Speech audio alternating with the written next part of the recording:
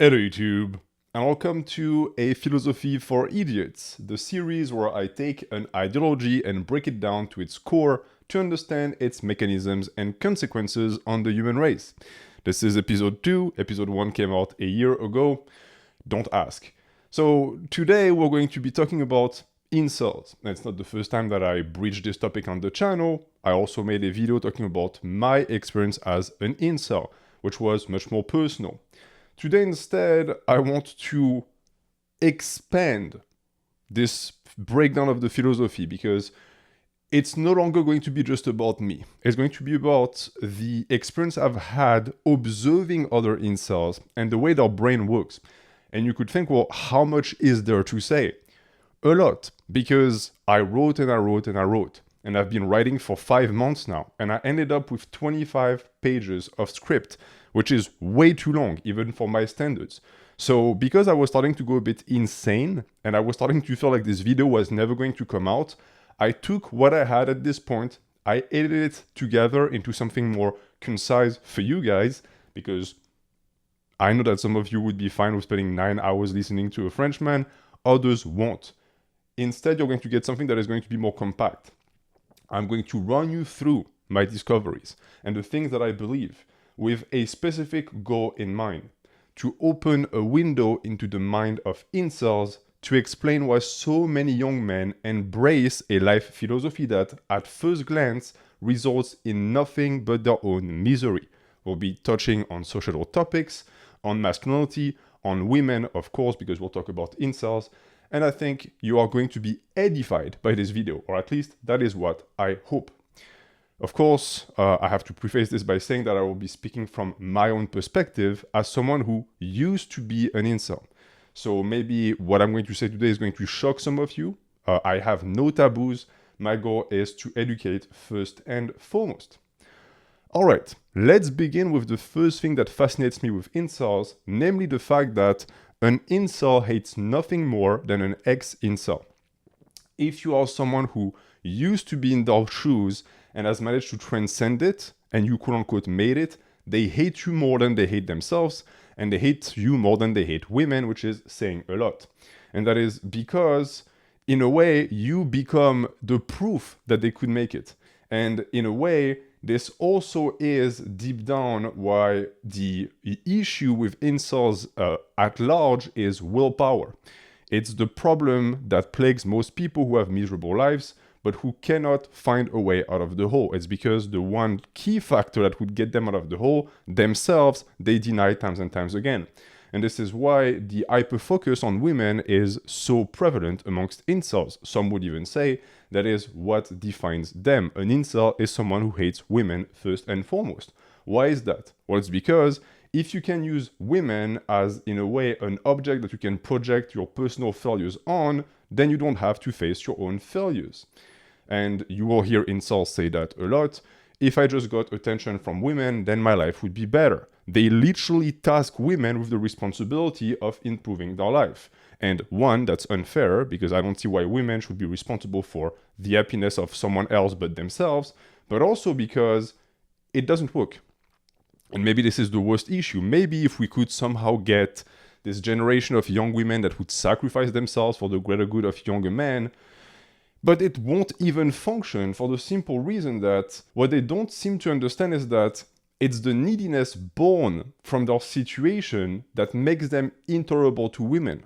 So the reason why they don't get attention is because they possess traits that make them almost a repulsive agent against the object of the desire that could get them the attention. And so if you think about it in that fashion, which I understand is a stretch for most people, getting attention should only be a happy byproduct, meaning that you should work on developing a personality or an ability to be someone worthy of attention and love, and then you'll get it, but the attention will not be the best part of the change. The transformation itself will be the change.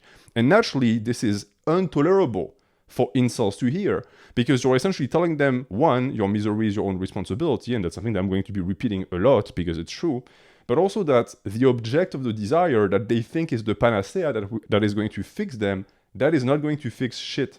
And to give you an example of what I mean, I recently was watching Spy Family, which is a pretty cute show with my wife.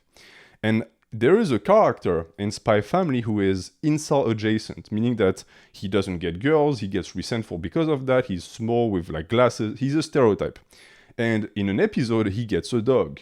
And by walking the dog, he gets to meet women and he starts to get lucky. He starts to actually be popular with women. And I remarked to my wife, half laughing, hey, that's actually the solution to the incel epidemic. They should all get dogs. And she looked at me and she was like, yeah, you're right, but not for the reason that you think. And she explained to me that the reason why the entire get a dog and you'll meet women is genius is not because you'll meet other people with dogs. It's because if you're an incel and you get a dog, now you're going to, in a way, start to spend your attention and your affection towards something else than this object of desire that is women. So you're going to stop obsessing so much over the thing that you want, which oftentimes in life results in you getting that thing. But it's not just that. You're going to start thinking of something outside of yourself. Incels tend to be incredibly self-centered, so for once, they're going to take care of something else, and that is actually very beneficial for your character. You're also going to become responsible for something weaker that needs your help. That is going to help you because this is essentially what masculinity is. It's to provide service for people that need it more than you do yourself. And then there is also the fact that this loop of attention is reinforced because the dog is going to love you back and it's going to teach you proper human emotions. In a way, the dog is going to socialize you more than you socialize the dog. And my wife was pointing out that by doing that, you automatically become more attractive in the eyes of women.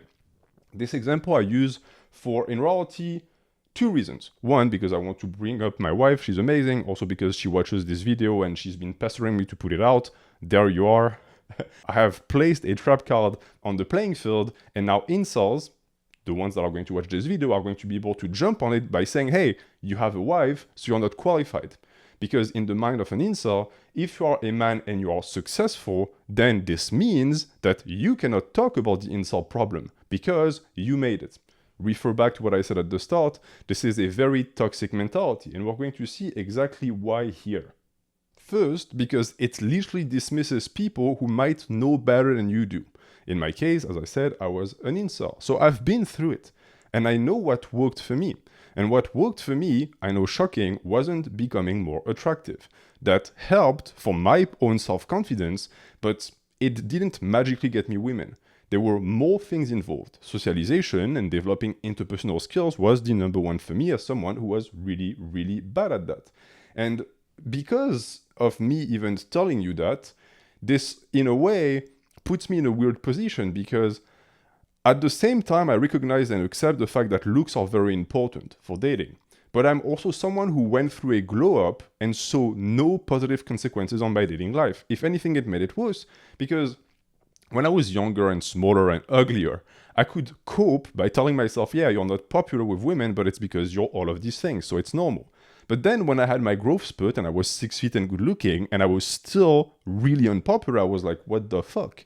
For the first time in my life, I was forced to face the fact that, hey, it had nothing to do with your appearance and the things that you can't control and everything to do with the things that you can, aka your character, because my character was total trash. And so because of that, I was forced to do the work, whereas there are a bunch of incels who, unfortunately for them, don't look good, but are going to be able to cling onto that goblin status for the rest of their life. And that is no bueno because I've been all shades of the rainbow. I've been very fat and I was popular. I've been less fat and I was not popular. In my entire life, the degree of attractiveness I projected was never directly correlated with my ability to get women. It was always my mental health and my interpersonal skills. Always. And that is also a difficult truth to swallow because incels would love to tell themselves that, hey, if I just transformed and I turned into Chad, then I would be popular. The truth is that they wouldn't be. Even if they could kiss a frog and turn into Prince Charming, which I think it works the other way around, but anyways, they would still be very unpopular. And I know that for a fact because I've had myself friends who on paper were Chads. Tall, lots of money, good looking, but who are also horribly unpopular with women because of their persona and attitude. And naturally we can make the connection and say, well, of course, if you grow up unpopular and ugly, even if you manage to become good looking, you're going to carry that resentment with you. But who exactly asked you to do that? That is your baggage, and it's yours to claim or not. This is what I mean when I say that at the end of this all, it's a choice. inceldom is a choice. And this is the number one thing that I want to convey with this video. That all of this, all that we're going to be discussing today, none of that is endowed onto you when you are born. None of that is something that is unshakable, because every single characteristic and traits that actually defines inceldom is a set of characteristics, meaning that it's a mindset. Meaning that, and this is very Adlerian, incels choose to be miserable. And they choose to do so because they get a reward. Again, Adler explains very well that psychic goals always reward the individual, but they don't always turn the individual into a better person. It is possible to work towards goals that make us feel comfortable in the moment, but are very detrimental in the future. In this case, if you look at the system, the philosophy of an incel, what they've done is, because they are so resentful towards the system that rewards people who possess traits that they don't, height, money, humor, etc., instead of trying to play off of that system and win by following the rules of that system, they replaced it with a parallel system. And this one is based on misery. That is the currency that they use.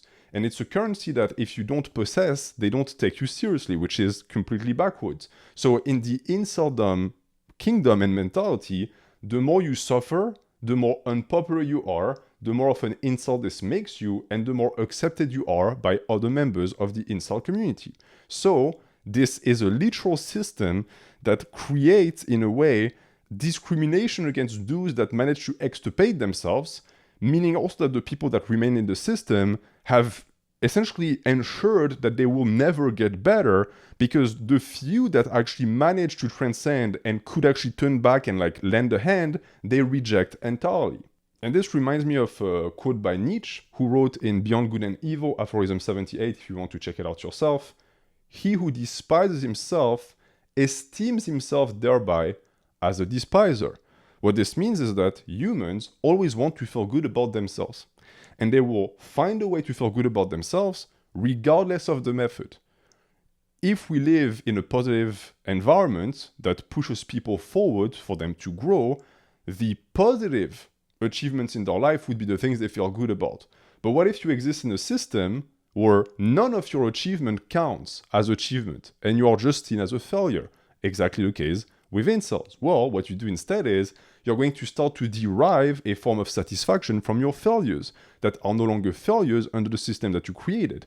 They still are, because there is such a thing as reality, but at least for yourself you can tell yourself that it's not. And this is when you meet these incels who seem to derive almost a perverse pride in being an incel, which is insane again, because saying I'm involuntary celibate, aka women don't want my ass, should never ever be the center of an identity or the core of any form of pride.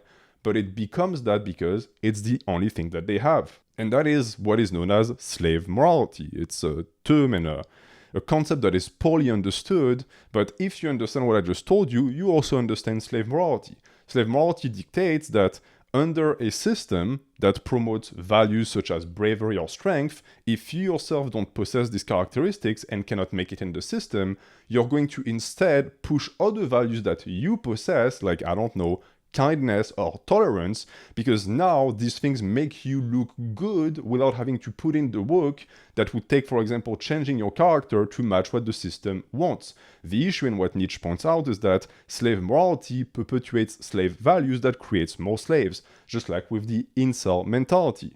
But this is not limited to incels. Pay any attention to other ostracized, alienated groups, and you will notice the same thing times and times again. These are groups that fail to live up to a societal standard, so they create their own standards, and because they create their own standards, they can no longer be accepted within society. And in this case, the system that the incels cannot play into and therefore reject because they're rejected by it is the Western patriarchal system/society, which can come off as a shock because in the mainstream mindset, incels are almost seen as on the side of the patriarchy. They're seen as almost like a consequence of the patriarchy, and in a way they are, but they're not allied. The patriarchy doesn't like incels. Actually, nothing hates incels more than patriarchal values, a patriarchal person, because incels are antithetical to patriarchal values. And because of that, they also suffer from the patriarchy more than anyone else, which is a shocking statement to say, but I actually do believe that. Because if you look at the set of characteristics that they possess, they have no wives or girlfriends, they have no children or offsprings, they own no land or capital. These people tend to do very poorly in life in general. They have zero political or social power because their interpersonal skills are garbage. And they also possess none of the virtue typically assigned to men. So things like strength or bravery, they don't have. So literally, under a system that dictates that only men that do the things I outlined get privilege and get preferential treatment, men who don't have nothing to show for it. One could argue that women, even though they are lesser than men under the patriarchy, still benefit as long as they play the game of the patriarchy. And what does the patriarchy require of women? Be pretty, have children. That's essentially the extent of it. Two things that are very easy to accomplish for the majority of women. But if you're an incel, you can't do any of that. So now you are literally stuck. You're in a system where the currency that you would use to be able to rise above, you don't have. And the money that you pay with is no good. So you are oppressed under it, and you're also going to hate it in return. And you see that a lot with incels complaining that it's not fair, that the tall men, they get all the girls. These are the people who complain about hypergamy, even though hypergamy is, in a sense, a function of a system that polarizes and allows women to pick their mate, which in turn also means that the majority of incels hate feminism and they hate the liberation of women because they also see that as the reason why they are in the situation they are today. Because the truth is that just like capitalism is sharpening and becoming something else, turning into a new beast, the patriarchy is the same. The patriarchy is still very much present, but it's no longer the traditional patriarchy of 100 years ago. It's now something completely brand new, and women are playing an active role in the patriarchy and the type of men that benefit from it. The reason why incels have appeared in the last 20, 30 years is no coincidence. They are the consequence of a social shift that they did not benefit from. They are the people left behind. Because you have to understand that the patriarchy, just like any system, seeks to preserve itself. And so, the men that are going to be treated with preferential treatment under the patriarchy are the ones that uphold a set of value that we call masculinity that in itself allows the system to perpetuate. They keep it alive. Incels do the exact opposite. Incels are like roaches to the patriarchy. The patriarchy would want them gone. They are an unfortunate consequence, and if they could just be swept under the rug, then that would, in a sense, be the perfect scenario. But the thing is that that's not going to happen. Because one, the system is going to keep creating more incels, and two, we can't just pretend that they don't exist. They are there, and they are there for a reason. But the way they are treated because of that, you can see clear as day. It's really the only downtrodden group that I can even think of that is routinely told that their misery is their own fault, and that they need to pull themselves by their bootstrap. And to be clear, that's exactly what I'm doing in this video as well, but I just want to point out the insane level of hypocrisy that permeates modern society. Because every single group of fuck-ups and deadbeats who ruin their own life, they get given infinite amounts of excuses to explain why it wasn't their fault, and it was an external factor that put them in that situation, except for incels. If you try to invoke personal responsibility for anyone else, you're a pseudo-fascist or whatever, but for incels, that's fine. Everyone will do it, we will all shake hands and then go home afterwards. We all chat on the one group where it's somehow permissible. And the question that I have for you watching this video is, why? Why do you think it's permissible for incels and not for other groups? Well, I think you know the answer, and I know the answer too. It's because they're men. Men are always perceived as responsible for their own failures. Men are always told to just deal with it yourself. They're given minimal amounts of support. That is also a consequence of the patriarchy. But I see very few people who hate the patriarchy point that out when it comes to incels, because when incels suffer, it is seen as justified, but also as good. So why is that? How do we explain this? Because it's too easy to just say, oh, it's because they're men. Okay, and men and what else is there? Well, the other part is sexual misery. The reason why inceldom as a topic is so taboo to discuss in the terms I'm doing right now is because, in a way, you have to accept that incels are the way they are because of the situation that we're dealing with. And that situation is a situation where the dating market, or whatever you want to call it, is fucked up. And it's true that there is a polarization in heterosexual relationships where for the bottom 20% men or whatever percent, the men that are not attractive, it's getting harder and harder and harder to get a date. And this is corroborated by all of the numbers that I'm seeing float around. I think just yesterday, I was looking at a number that said that the majority of men 25-year-old and younger had never asked a woman out. And as someone like me who is only 30-ish, that's insane. Because I asked dozens of women out, and all of my friends also did. So what changed exactly? Well, what changed is that heterosexual dynamics are shifting, and are shifting constantly. And what we're seeing nowadays is that there is more and more, I would say not necessarily disdain, but a form of fear almost from women to men, because they think, hey, is this even worth it? What even am I getting from this? And I can't really blame them for that when I look at the state of modern men. And at the same time, you have men on the other hand who are like, what the fuck? I'm not given a chance anymore. Women that I think are my attraction level, they don't even look at me. So what am I supposed to do? And this is, of course, a very true problem that plagues men, because men love attention too. Men love affection too. We also need to be loved. We need to be touched. Go around and ask your male friends, hey, when's the last time you got a hug? When's the last time you got like any physical contact that makes you feel human? They'll tell you, oh, I don't know. I don't even remember, right? Women, they provide that for each other. And in a way, it's, again, partly men's fault that we are not able to provide this level of companionship to others, that we constantly have to rely on women to do it for us, which is a baggage that they then have to deal with. And this is what I wanted to get at when I spoke about the issue of sexual misery.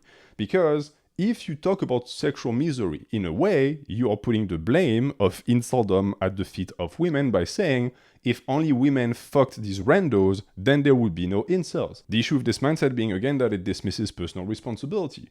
If you live with this fantasy of being granted a tried wife, like as if we're going to go back to the 50s somehow, and you are convinced that you are owed a sexual partner, then you're in for a rude awakening, because you're not. But at the same time, I can commiserate. And I understand that it must be frustrating when you talk about sexual misery to be told that you're an entitled troll and that you should die alone without anyone ever touching you ever. I think that there is truly a discrepancy here and an issue of empathy. Because when men speak up about these issues, we are told to shut up, that we're entitled, etc., and that has never solved any of our issues. Because on top of that, this type of attack against incels also tends to produce a very vicious response, because as we've seen, this is how incels operate. When you, in a sense, project something against them that is used to take them down a notch, they somehow try to turn it into a strength. So this is how you end up with incels who have this like schizophrenic shift in their brain, with almost resenting women for wanting providers and for wanting strong men, while at the same time complaining that they cannot get women and that it's just so unfair. And naturally, for a normal, well-adjusted person, when you look at this from the outside, you think these people are just insane. They want this thing and then the opposite. Like they don't even make sense within their own ideology. But it's because there is no sense to be made of it, at least not at this level. What must be understood instead is the frustration that creates it. And this frustration, I think, has become more visible in the past few years, because we are starting to see people who are tapping into the frustration and making it worse. And these would be the manosphere influencers that incels tend to flock towards. Why are these people so incredibly popular with that population? Well, it's simple. I have a cramp in my little toe and it's a bitch. It really hurts. One, because they're the only ones to acknowledge their suffering, which, as I said, empathy, that should be granted to everyone equally, but apparently incels can go fuck themselves. And two, because they reinforce the incel mindset. Have you ever listened to these guys? All they do is tell incels, oh, the reason why you don't get women, hypergamy. It's not your fault, bro. It's the system, etc., etc. It's a constant influx of additional misery on top of their misery, of justifications to explain why they feel terrible, but there's nothing they can do about it. You just have to wait for the system to change, or you have to wait for women to change. These things will never change. You can change yourself. But the things around you, you don't have power over it. But it does not matter to these influencers. They know exactly what they're doing, because by feeding that type of information to their audience of incels, they keep them miserable. And when you're miserable, you consume more of the content because you think maybe the next video is going to have the key to my success and my happiness. Except it never happens. It's literally the perfect business model. It's as if I could sell to you a glass of water that makes you thirsty. It would make me a very, very rich man. But the one thing that I will grant these manosphere influencers is that even though they tackle them improperly, they at least serve the role of shining a light on the issues that plague modern masculinity. Because yes, there are issues. And unfortunately, when you bring it up and you try to actually link the fact that, hey, masculinity has been breaking down in the past 30 years and incels arrived in the past 30 years, is there maybe a coincidence? You are called an incel. It's like how it works. If you try to explain inceldom with anything else but incels being garbage piece of shit roach, then you yourself are also one. Well, if that makes me one, so be it, but I personally want to understand. So the aspects that we talked about already are personal responsibility and sexual misery. But that's not the only things that incels have to battle with, that in a sense, they are both a victim of the masculinity aspect and the recipient of its failures. We also can talk about emotions, because the way you express your emotions is huge for your mental health and your ability to have healthy interpersonal relationships. So let's look at the panel of emotions that incels usually exhibit. The first one is anger. Of course, you're rejected, you're downtrodden, you're going to be angry. When an incel gets angry, what happens? Well, that person is going to be deemed dangerous. You are now, your emotions, your frustration, your hatred at the world is now a problem for others. You are becoming a burden for others. Isn't that beautiful? Can you cite me another group that when they have an issue and they voice it, they're told, hey, tone it down because you're bothering us? That's horrendous. No wonder these people feel isolated if this is the way that they're being treated. And it's not like they can just turn to sadness instead. You could think, oh, sadness is this quiet emotion of despair. That should be acceptable. Wrong. Because if you're a man, an incel, and you are sad, then you're fragile now. And this is being used and weaponized against you to degrade you. Because now you need to man up. And man up, by the way, is the universal phrase that people use to manipulate men by tapping into traditional masculinity and saying, hey, unless you live up to my bullshit version of what I think you should do, then you are somehow not considered a man. It has a name. This is called blackmail. And it is this blackmail that has been used for God knows how many hundreds of years to get men to keep being the good, productive robots that society wants them to be. So that we could be sent down to die in completely useless wars, we could break our backs in factories, and so that we could keep society running. But here is the interesting thing with incels. Incels exist outside of society. They don't benefit from society. You can blackmail a soldier into saying, hey, you should go die in this sandbox somewhere for the interest of a country I will not name. But to be able to do that, you have to be able to then have a carrot and say, okay, I'm going to pay you, you'll get a nice dodge, your family will be taken care of, you'll be able to get a degree for free. That's the stick and the carrot. But for incels, there is no carrot. They're not getting shit. So there is only the stick. And so the normal mechanisms of male shaming that oftentimes work and manage to survive because they still provide you with some benefit, with incels, it breaks down. Because there is no ability to control a group that has nothing to lose. And the result of that is that you end up with a group that is completely at the fringe of society and they cannot be roped back in because society has nothing to offer them. And you could tell me, well, it doesn't really matter. Again, this is the patriarchal thinking of these are the roaches, it's the dust under the carpet, it doesn't matter. What happens when the roaches start to outnumber the normal people?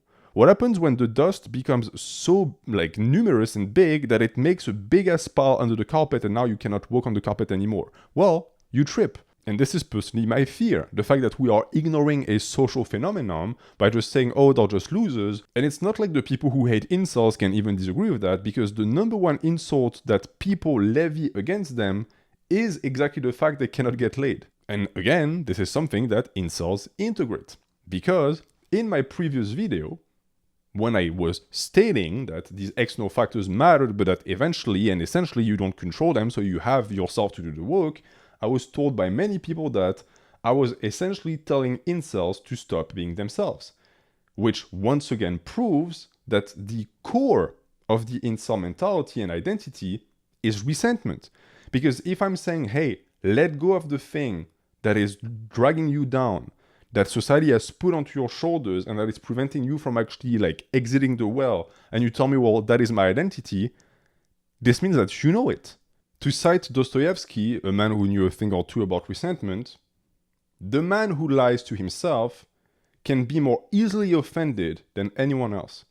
You know, it is sometimes very pleasant to take offense, isn't it?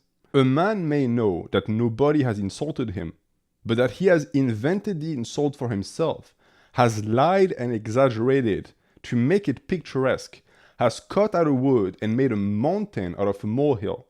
He knows that himself, yet he will be the first to take offense, and will revel in his resentment till he feels great pleasure in it. Amazingly enough, Dostoevsky wrote about a modern plague way before it even took place, because he just described the mental mechanism that creates incels. It's a response to an unjust situation pushed upon you by society that only personal responsibility can fix, but that you can never reach as a solution because society keeps reiterating that you are a piece of shit and that you will never be able to climb out of the well because that is the position that was allocated in life for you. And if you add to that the echo chambers that are now widespread on the internet, where you can meet other people that think exactly like you and that are going to amplify that feeling in your own heart, it becomes very easy to understand why the incel identity and mentality is so resistant to change, and how a thought process that is so self-destructive could even be born in someone's brain in the first place. But all of this remains fairly theoretical. And I think that it would be very beneficial if we could actually take a look inside the heart and the brain of a young man who turned to inceldom. I personally, again, I'm not a good example because I made my way out. But what about someone who never did? What about someone who allowed the incel mentality to devour them to the point that they took their own life? Well, look no further than the example I selected for today, which is Elliot Rodger, aka the prince of all incels, someone who to this day is still regarded positively by the incel community. They truly do believe that this is an example to follow. The good news for this video being that he left us a manifesto that is 141 pages long. And yes, I've read the entire thing, now you understand why this video took so long to make. In reality, it was not that interesting, and the guy repeats himself a lot, but because of that, I was able to produce a summary of the most relevant psychological traits that I detected in him that I think can serve as the prototypical portrait of the incel mind. So buckle up because I'm going to make you go through it with me. So from the start, Elliot Rodger had a good life. And what I mean by this is that he was someone born in a wealthy family. He always got everything that a kid needs to develop themselves. And on paper, he should have been set. He should have been someone who went to a good college, then gotten a good job, gotten married, and gotten kids. But something got in the way. Something got in the way of this person that led them to then commit a massacre and take their own life. So let's see what happened here. First off, and the first thing that I've noticed, Elliot Rodger was smaller and weaker than average. And that is big, because it created a feeling of resentment in his heart from a very young age. But when he was young, he was able to make friends with women before puberty hit. Before the sexual competition started to actually take place, he was perfectly okay with the fair sex. At 7, his parents divorce, and he starts to develop resentment towards his mother. So the female aspect of the incel question starts to come into play. We also know, because he wrote it a lot, that he admired his father, especially because the dad was able to remarry extremely quickly. The implications from this young age being that Elliot Rodger had already accepted the idea that a man's worth is linked to his ability to get women. The new girlfriend herself becomes an object of resentment because she disciplines the young Elliot, and he starts to perceive her as the reason why his freedom is being restricted. So the seeds are planted. The idea that incels are not living the life that they deserve or should get to enjoy because of women are already there. And the guy is not even 10 years old. Now, I brought up at the start of this little expose that Rodger was privileged. And to make you understand how much privilege he had, he once met George Lucas at a private showing of Star Wars. So that's actually money right there. And the reason why I think this is relevant is because we can dismiss the socioeconomic factor. This is not what breeds incels. Incels come in every tax bracket. They're found in every part of the population. There are other things at play here that create these people. Another relevant fact is that Rodger had a little sister, and he blamed that sister for the divorce of his parents because he felt that she monopolized the attention of his mother too much. And so it also created a form of resentment where the way his young sister was treated was something that he himself desired. He wanted to receive that treatment as well, but he was not able to. Now, something that also struck me as I read his manifesto is the fact that it is clearly obsessed with childhood. When he wrote it, he was already a young adult, but he spends most of his time reminiscing over this period of his life. And that shows that there is also an unhealthy obsession with the idea of innocence, the idea of no responsibility, because that is exactly what being a child is. It's a time where everything can be forgiven, where you do not have, in a way, to take any risks. Other people are going to take the risks for you. And this is a trait that I've seen across the board with incels.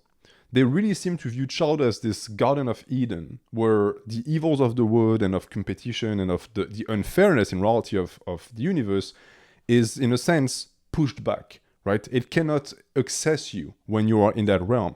And this is why inceldom is a form, in truth, of arrested development, which I cannot really blame them for, because there used to be a time where there was such a thing as rituals that would mark your arrival into manhood, things that were unavoidable, that would force you to walk through the fire. Nowadays, these things are entirely gone. What makes you a man exactly? Right? To get a bank loan, that you have a girlfriend, or these are external factors that are material based, but they're not spiritual. And so the fact that we have an entire generation of people and young men who are lost to what it means to be a man is not too surprising. Some of them make it okay, they figure out their own value. Some of them don't. And when they don't, they usually don't turn out okay. So now you're left with people who are kids still in their head and who never actually were taught what it is to be a man. And when they enter active life or adult life, they also quickly realize that because of these flaws, their personal agency is very, very low. But instead of taking ownership of this and realizing, well, I fucked up somewhere, what they do is they project it onto the object that they can now no longer acquire. The reason why young men wanted to become men was because to become a man is to get access to women. And women are very quick to sniff out men who have Peter Pan syndrome. And they don't want to be your mommy, so they're quickly going to run away from you. And this is where the entitlement comes from. Incels truly believe that they did nothing wrong, that they lived life the way it was supposed to be lived, and when they are faced with this realization that no woman wants them, they see that as unfair. And this is very visible in Rodger's manifesto, because he clearly believed that he was owed sex and love. He clearly believed that he was owed attention and affection from women, which I think points to him having some degree of narcissistic disorder, which would be a bit tough to globalize to every single incel, but I think there is some of that. Because if you only like people who like you back, if you start to develop slight or anger or resentment towards people who don't, it shows that there is an issue with who you are inside. You lack self-worth, and when other people refuse to provide it for you, you get mad at them instead of being mad at yourself for not being able to, in a sense, create that essence within you without having to rely on others.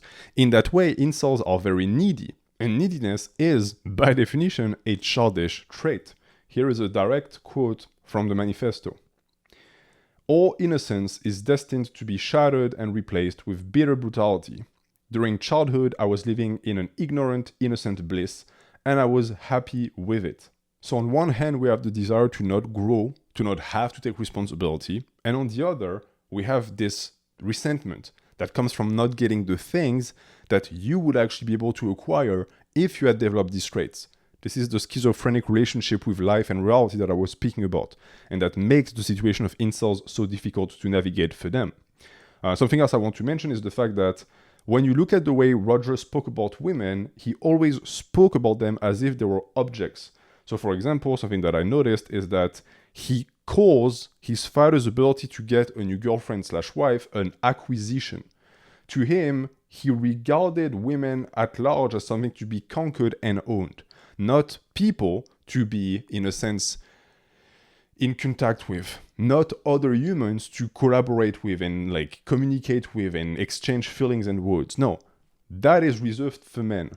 Women, they exist solely to give me something without me ever having to give anything back in return. And this is a recipe for disaster if you're a man and you're trying to date, because dating is reciprocal. The misogynistic view that incels have of women is also the reason why they will never get a woman, but we already discussed that.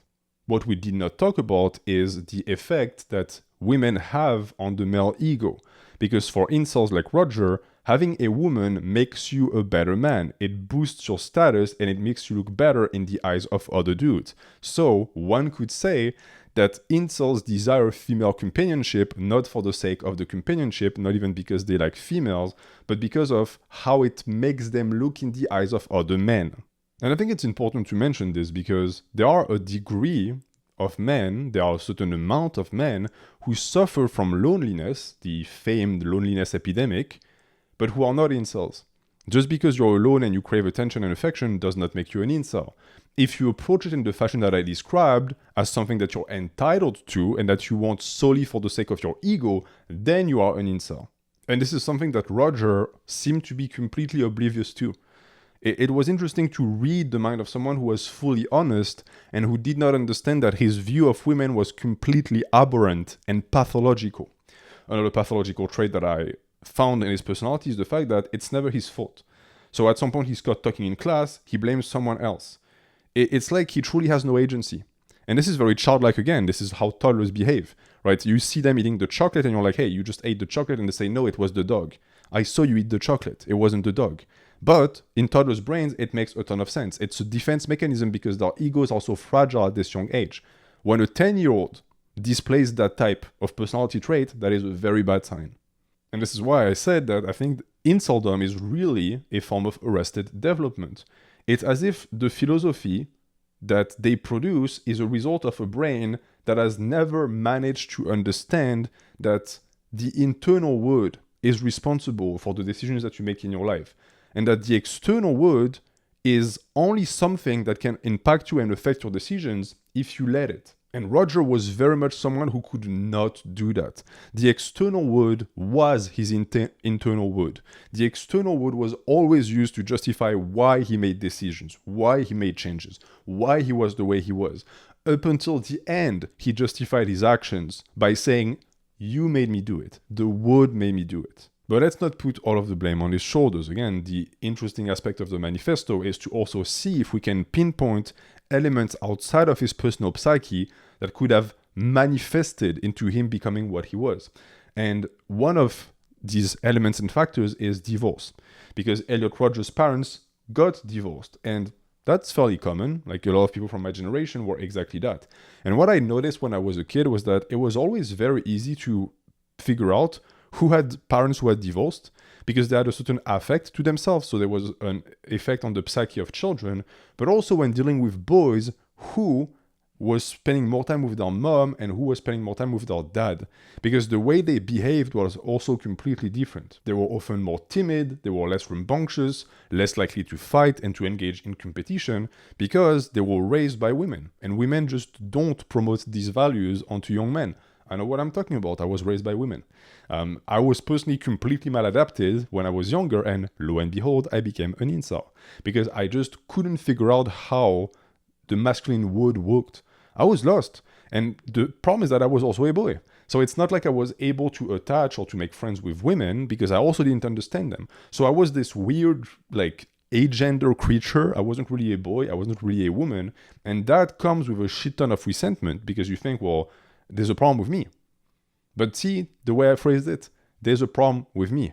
My brain said and thought it's the internal world that's the problem. If you change it, you'll feel better. Rodger and many incels don't have this ability. But my hunch is that the majority of incels most likely come from divorced household, because if they have the proper terrain, psychological terrain, and the proper environment, then the two things are going to work together and are going to lead to the consequence that we are seeing here. The consequences being that these kids always end up being poorly socialized adults because they have no masculine role models. So they have no idea how to navigate life as a man. And when you get thrown into the complexity that is teenagehood and pre-adulthood without being privy of these social dynamics, well, you end up just sinking, especially when it comes to women, because, and this is an experience that pretty much all young boys share, you spend your early years only socializing with other boys. That is normal, and I don't even think that's unhealthy, although there needs to be a balance here. But if you have literally zero proper socialization as a boy, and also zero socialization with other young girls, when it's time for you to start to romance these creatures, you're shit out of luck. Because now you literally have no baggage or experience. You don't have a dad or an uncle to tell you, hey, this is what you're supposed to do. And you don't even have healthy female role models to help you navigate that, because something that I've noticed as well is that women, mom, aunts, whatever, they tend to not help their sons or nephews navigate these topics. So there is nothing else for you to turn towards. You are left on your own. And this leads to children making their own conclusions, and children are notoriously stupid.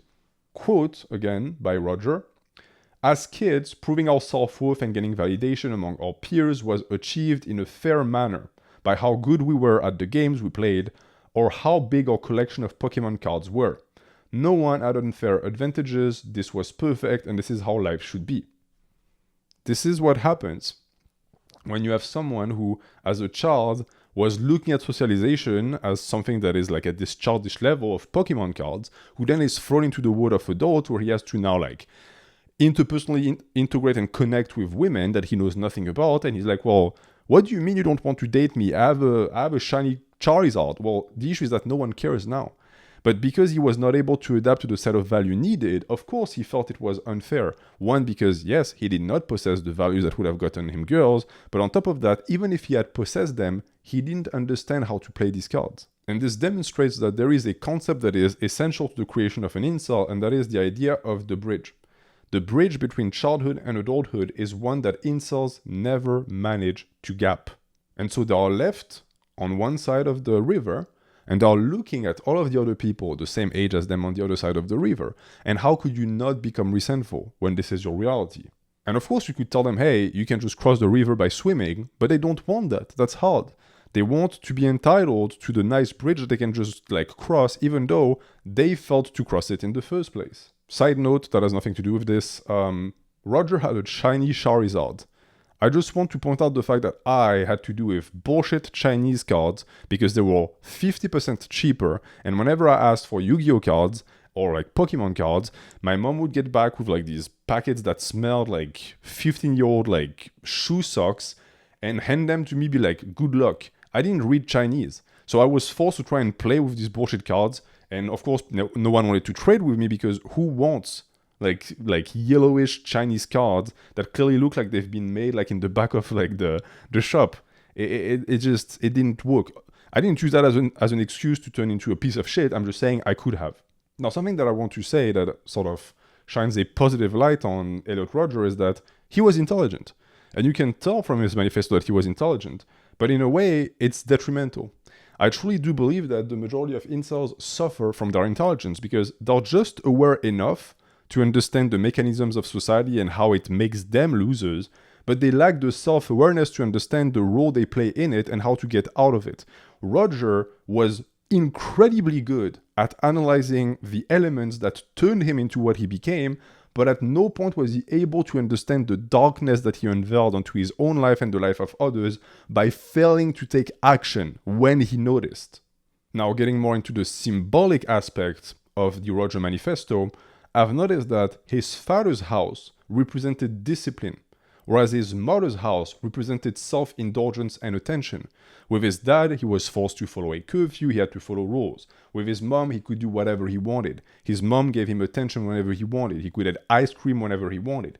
And this means something, because subconsciously, he learned to shun the attributes of discipline and self-severity, which he associated with masculinity. While on the other hand, the feminine energy was associated in his head with the ability to behave selfishly as much as he wanted and to get his way. And you understand, I hope, why this is a recipe for disaster. He had all of the instability and high potential for violence of the male ego that he also associated with the feminine energy that lacked the ability to prevent him from getting what he wanted, while at the same time possessing none of the deadlocks that masculinity usually builds to control that violence, to control that energy. So now you have someone who, as a man, is going to have all of these negative traits of wanting, of the desire, and of the violence that can come with it. while at the same time having been socialized to view the female counterpart, that is the object of desire, as something that is owed to him and that exists solely for his pleasure.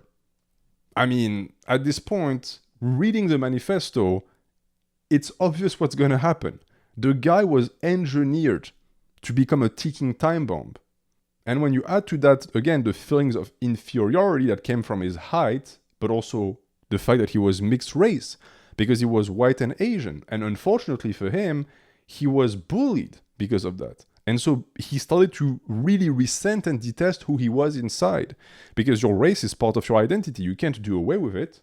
And that also adds more onto this idea that the masculine traits that he should have developed and that would have prevented his rampage became things that he resented, because he was short, and he actually, that's funny and sad at the same time, he used to play basketball and he would stretch every day and like tell himself grow to be able to grow taller, which this is not the first time I've heard it, so clearly this is something that really bothers short men. And on top of that, he also was much weaker than other boys, so he also lacked in strength. So he was reminded from a very young age that as a male physical specimen, he was inferior. And that leads to jealousy, and that is another ingredient of the pie. Rodger was deeply jealous of everyone around him, which is not surprising because jealousy as a rule stems from two things. First, entitlement, and two, feelings of inferiority. You can't be jealous of someone who has less than you, and you cannot be jealous of someone if you yourself do not have the seeds of jealousy in your heart. If you don't perceive that you're entitled or owed things just because you exist. Another quote, "By nature, I am very jealous. And at the age of 9, my jealous nature sprung to the surface. During play dates with James, sometimes he would have other friends over as well, and I would feel very jealous and upset when he paid more attention to them. Feeling left out, I would find a quiet corner and start crying. My mother and Kim were very understanding and did the best they could to console me. Note again the role that women play here when it comes to socialization. Instead of trying to redirect the negative emotion that is very childish in a tantrum into a growing moment by telling Rodger, hey, okay, I understand you're jealous, but this is not healthy, you should not think like this, etc., etc. No. Instead, they nurtured and they reinforced that behavior. They consoled him instead of disciplining him. And this is not something that women do on purpose. They do it because they're kinder. They don't want to rock the boat. They don't want to hurt feelings. But when you allow that type of energy to be directed towards young boys, you don't create softer boys. You don't create more sensible boys or more sensitive boys. You create more unstable boys. The issue for Rodger being that you could think, okay, well, maybe he had his father to counterbalance that. Well, first and foremost, as I explained, he had come to resent the masculine traits that his father represented. But also, his father never took care of him. Quote, during Father's Week, I would mostly be looked after by our two nannies, Rosa and Amparo. So almost all of the socialization he got at home was from women. And the consequence is that he picked up personality traits that are maladaptive in a male. Because yes, some social traits in a woman are healthy and in a male are unhealthy. And this is of course very taboo to discuss because what I'm doing here is that I'm showing that the incel phenomenon is not a pure product of the patriarchy or of men. Women also play a role. Women have their responsibility in the creation of the incel generation. And taking it even a step further, misogyny can sometimes be engineered by women, a phenomenon that they then end up suffering from. And this is why it's so important to talk about it, because they end up the victim of the energy that they put out there. And again, it's not really their fault, but this is true across the board for incels, because if you observe the relationship they have with the feminine, one, and I said that earlier, you understand that they don't really desire women the way a man desires a woman. They desire it for their own status. They desire it to make up for something that they don't have, which is masculinity. So this is already not the way to go. But there is also a part of it that is envy. And this is what I've noted myself reading this manifesto. Incels envy the lives of women. They envy the fact that women don't have to play the sexual competition game. Incels envy the fact that women get more attention without having to do anything for it. The fact that they get more care, that people are nicer towards women, even if the woman is weak. If anything, the weaker a woman, the more protection she gets. the weaker a man is, the more ridicule he gets, the more bullying he gets. So if you add that onto the fact that incels also believe that women are responsible because they hold the part of life that is going to make them happy, well, now you understand this insane cocktail of resentment that is born from all of these elements. But it also points out to something else, that the incel issue is an issue of male socialization. Because the traits that male possess and the privilege that we have over women, namely our freedom and our power, these are things that incels don't like. They also come to resent these traits. Why? Because they can make no use of them, because they're very bad at them, because these things only serve to demonstrate their own failures because they can never match other men with them. And so you see now at this point that we're like an hour in, that the incel question is much more complex that, lol, they can't get laid. No, it's psychological. It's a social issue. And another aspect of the social issue is identity. Identity is huge, and Rodger had none. It's actually frightening when you read the manifesto to notice that this kid had zero personality. His personality was whatever was cool and he thought was going to get him liked. So instead of spending his formative years trying to figure out who he was and in a sense like building the base of his development into a young adult, he wasted it trying to get other people to like him because he could never summon self-worth within himself. He always needed to find it in the eyes of others. And of course, when that inevitably fails, because it will always fail, he was left with nothing but resentment. Because now he felt, well, these people were responsible in a way for my happiness, and they failed. They didn't follow through. And this is why when he went on his rampage, he targeted women and couples. He targeted the people that he felt were responsible for why his situation sucked so much. The things that he felt he was owed. And that leads to the last aspect I wanted to discuss, which is the way Elliot Rodger perceived himself. Because when you read through these many pages of rambling, you notice one thing. Elliot Rodger saw himself as a tragic character. In his head, he was the victim of the whole story. But at the same time, he did not seem to understand and realize how good he had it. A quote that I picked up that just blew my mind. Mother always got me what I wanted right when I wanted it. At mother's house, all of my needs were met with excellent precision, whereas at father's house, there would always be a time delay because father and Sumaya had less time for me and paid less attention to me. So now we have once again the female complex of needing to be taken care of immediately, which kept him in childhood and made him very dangerous once he forcibly exited childhood.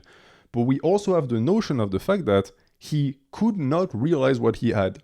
And this is what entitlement does to you, right? You only perceive what you don't have. But the reason why I brought up this quote is because it's a treasure trove of symbolism, right? The mother's house represents childhood.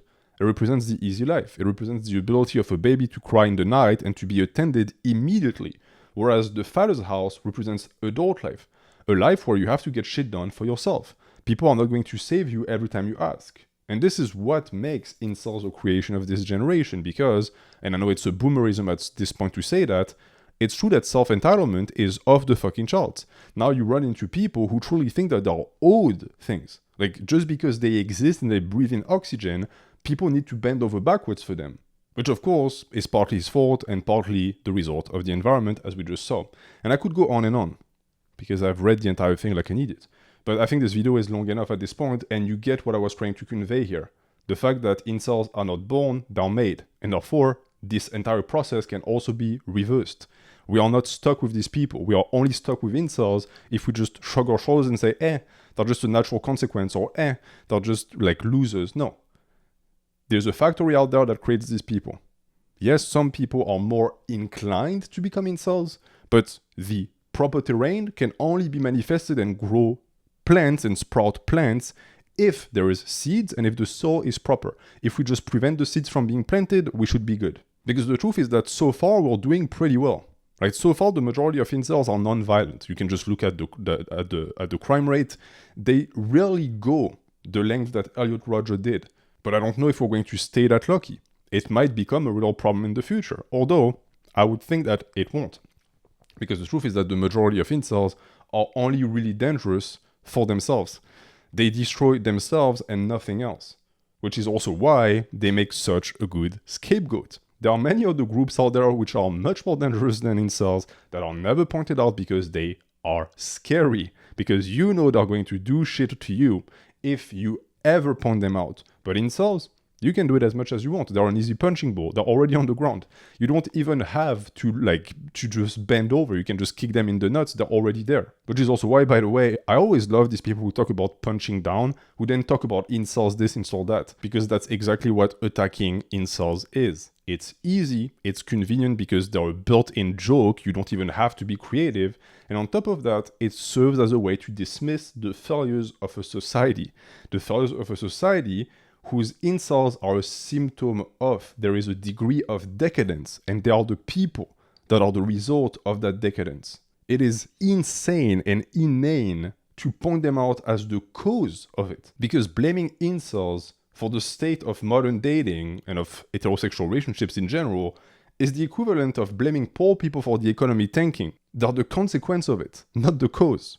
But that is the extent of the thoughts that I wanted to share with you when it comes to actually understanding this entire incel philosophy. Now what I want to do is, in direct line with the age-old European tradition of philosophers like Nietzsche and Schopenhauer, that would always include some barbs against women under the cover of a societal critique, I'm now going to explain why women hold some responsibility in the whole incel debacle by pointing out and highlighting the fact that this so-called patriarchy is a team sport and that both men and women are playing and that we are both winning and losing. Maybe men are winning a bit more, but women also benefit. So the first point that I want to make, and it won't be very long, is the fact that women don't realize the fact that they are entitled to the idea that society owes them something. And that something, in the case of women, is comfort, security, and to a degree, resources. And this is very easily demonstratable because whenever there is an issue with women getting assaulted or women not being safe or sexism being on the rise, it becomes a political problem. And I'm not saying here that it's not good. Women are very precious. They are the most precious asset as humans, as humanity, and so they must absolutely be protected.